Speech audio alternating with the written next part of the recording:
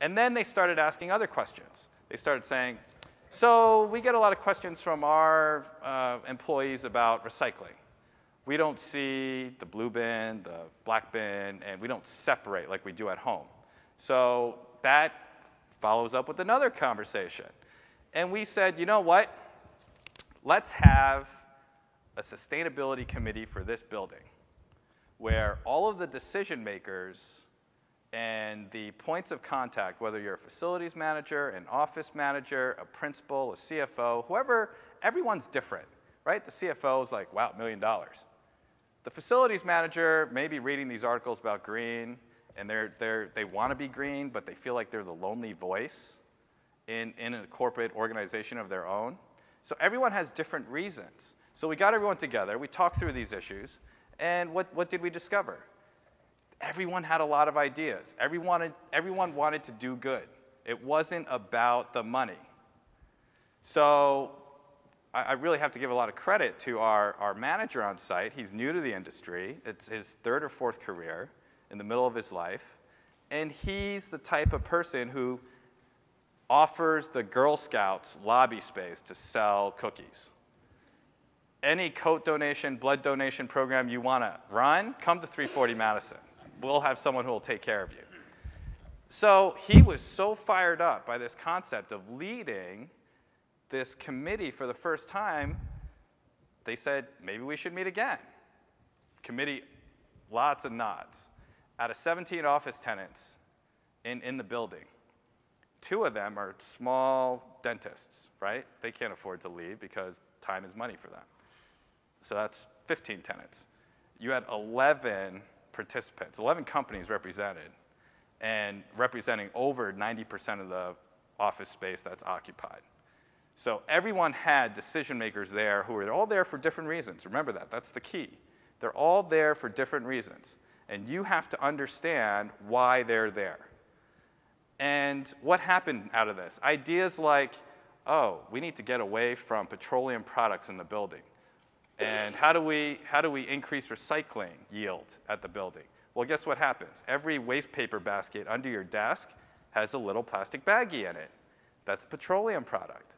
And what happens in a New York City office building is, because it's mostly paper waste, it all gets collected and picked up and then sorted by hand in facilities off-site by law.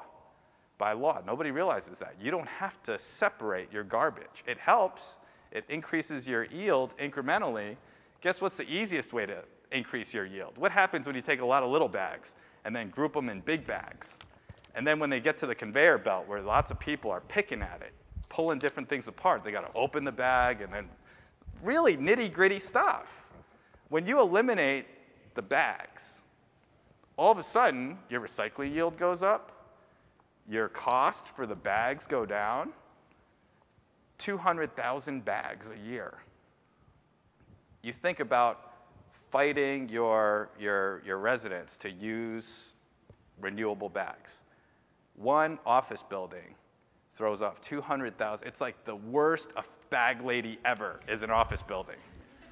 So when you look at that and you say, okay, these incremental changes get people very, very excited, all of a sudden you kind of go on this evolutionary arc where you start the conversation with dollars and recycling, then you get a deeper understanding of energy, and people start getting it.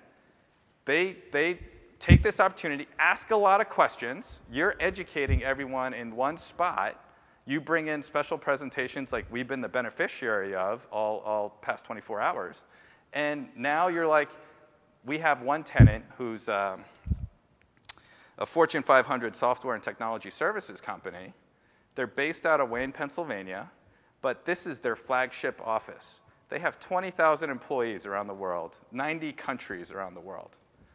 And this is their flagship office. And the facilities manager for that space is passionate to try to do the right thing. It's not about the money. It's not about her salary. She just wants to do the right thing. So when she came to us, she said, what can we do to turn the lights off? For Earth Day, they wanted to turn the lights off for 5 minutes in honor of Earth Day. The CEO didn't like the productivity impact of that, so they didn't do that, but guess what they did? they put in place a culture where all the conference rooms are manually shut off by people after they've used them. We spend so much time talking about sensors, thinking technology will cure our problems, when just turn the light off. They do this now, and now they do this across their entire portfolio. Turn the light off in the conference rooms. What else do? Guess what? When we talk about status quo bias, office leases require that landlords provide air conditioning on Saturdays by default. So all we have to do is say, who wants to opt in to having their air conditioning on Saturdays? Everyone said, no one's here, we'll let you know. So changing that has helped us take this building, because tenants make 70%, they gobble up 70% or more of the energy of the building. So because of things like this and engaging them, they now are, this building, which is the bones of a 1920s building with the skin of a 2006 building, is now an Energy Star. It's not certified yet, but it has the number because the tenants they want to do it. So empower your managers, tell them to get to know their tenants, and the rest is a cakewalk because they want to do it.